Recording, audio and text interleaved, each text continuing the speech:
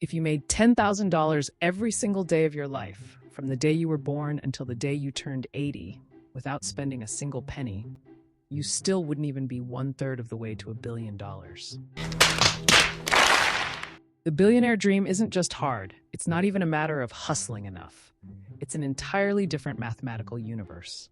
And today, we're going to dismantle the billionaire myth, not to crush your spirits, but to show you why chasing that top 0.00001% number is actually holding you back from building real, achievable, life-changing wealth. Here's a fun little exercise. Let's say you're a disciplined saver. Actually, let's say you're a disgustingly disciplined saver.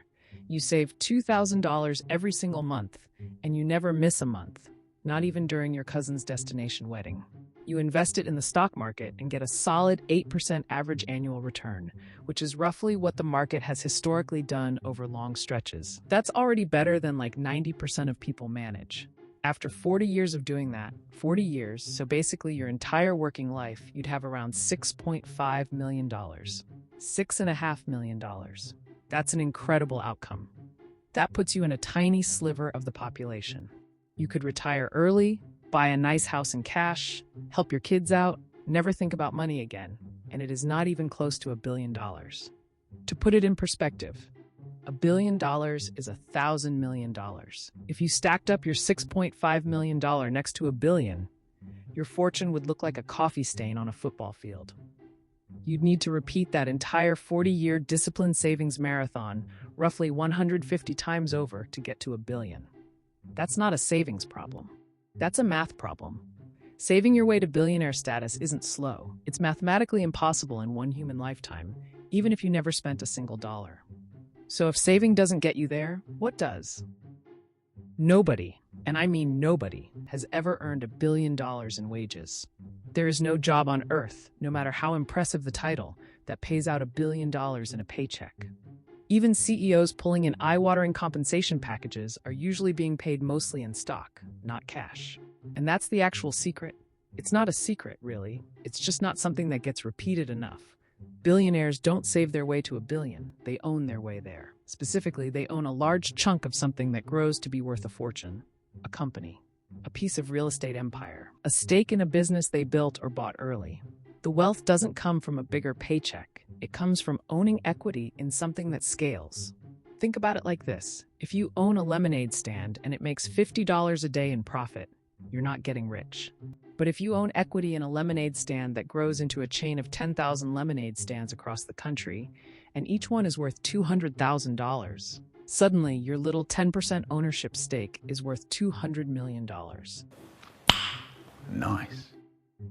You didn't work $200 million worth of shifts. Your ownership stake just grew with the business. That's the mechanism. Every single time, in every single case. Equity that scales, not income that accumulates. And here's the kicker. Most people never even get access to that kind of equity opportunity, let alone the specific 1 in a million version of it that turns into a company worth hundreds of billions of dollars. Let's talk about something called survivorship bias, because it's the quiet little gremlin messing with how we think about wealth. You've heard of Jeff Bezos starting Amazon out of a garage. You've heard of Mark Zuckerberg coding Facebook in a dorm room.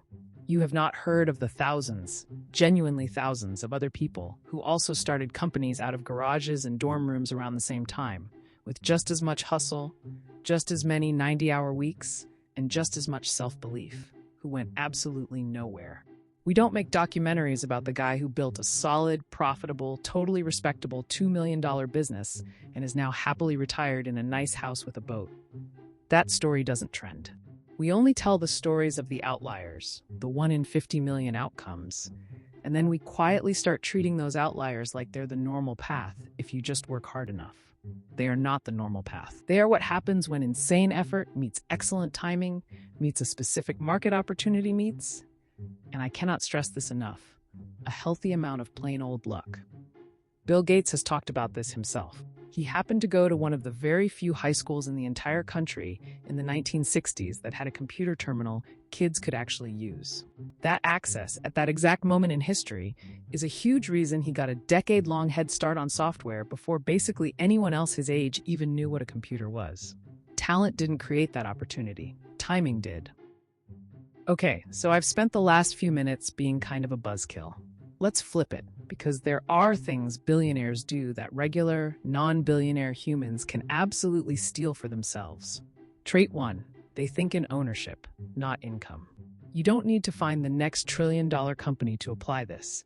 You can buy index funds, you can invest in real estate, you can own a small piece of a business instead of only ever trading your hours for a paycheck. The lesson isn't start a unicorn startup. The lesson is stop thinking your paycheck is the whole game.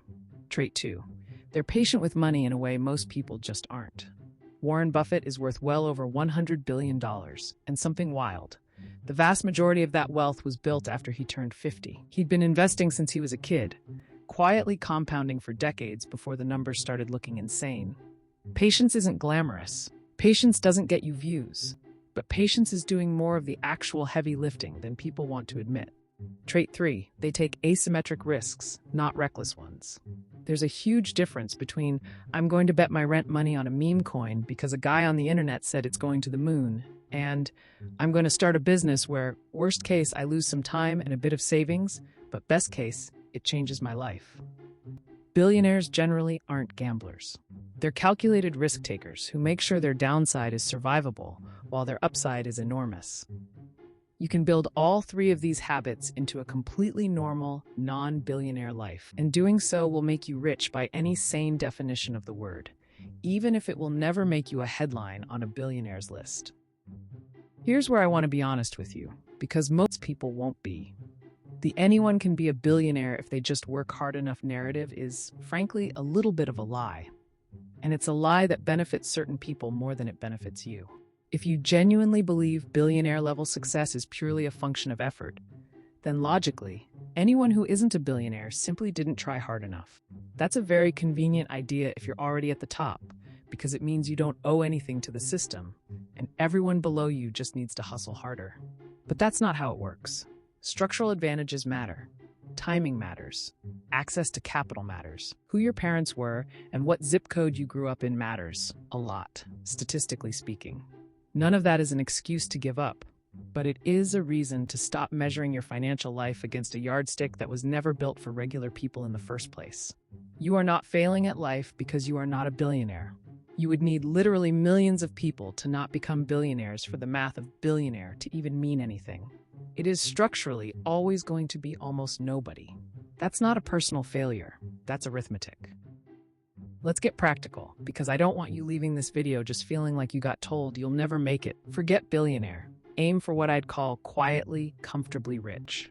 Here's what that actually looks like in numbers. If you can build a net worth of around $1 to $3 million by the time you retire, you are statistically doing better than something like 90% of the population. That's not a made-up motivational number.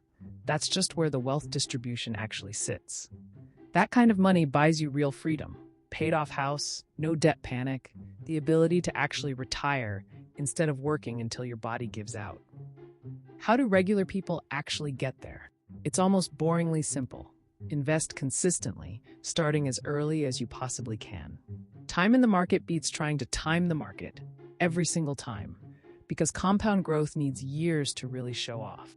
Increase your income over time, not just your savings rate, because there's a ceiling on how much you can cut expenses, but basically no ceiling on how much you can earn.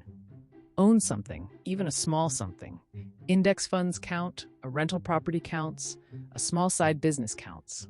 Get some skin in the ownership game instead of relying purely on a salary. Avoid the wealth killers. High-interest debt, lifestyle creep that eats every raise you get, and trying to look rich instead of actually becoming rich. None of that is exciting enough to go viral. Nobody's making a movie about guy consistently invests 15% of his salary for 30 years and retires comfortably. But that guy, he wins. Quietly, but he wins. So here's where I land on all this. You will almost certainly never be a billionaire. Statistically speaking, neither will I, and neither will basically anyone watching this. That's not pessimism. That's just what the word billionaire means. It means extremely rare. If it weren't extremely rare, it wouldn't be the flex it is. But not a billionaire and not wealthy are two completely different categories. You can absolutely build serious, life-changing wealth, the kind that buys you time, choices, and peace of mind, without ever chasing a number that only a few hundred people on the entire planet will ever hit. So instead of measuring yourself against Bezos or Musk or whoever's on this week's rich list, measure yourself against last year's you. Are you saving more? Investing more consistently? Do you own a little more of something today than you did 12 months ago? That's the game that's actually winnable. That's the game worth playing.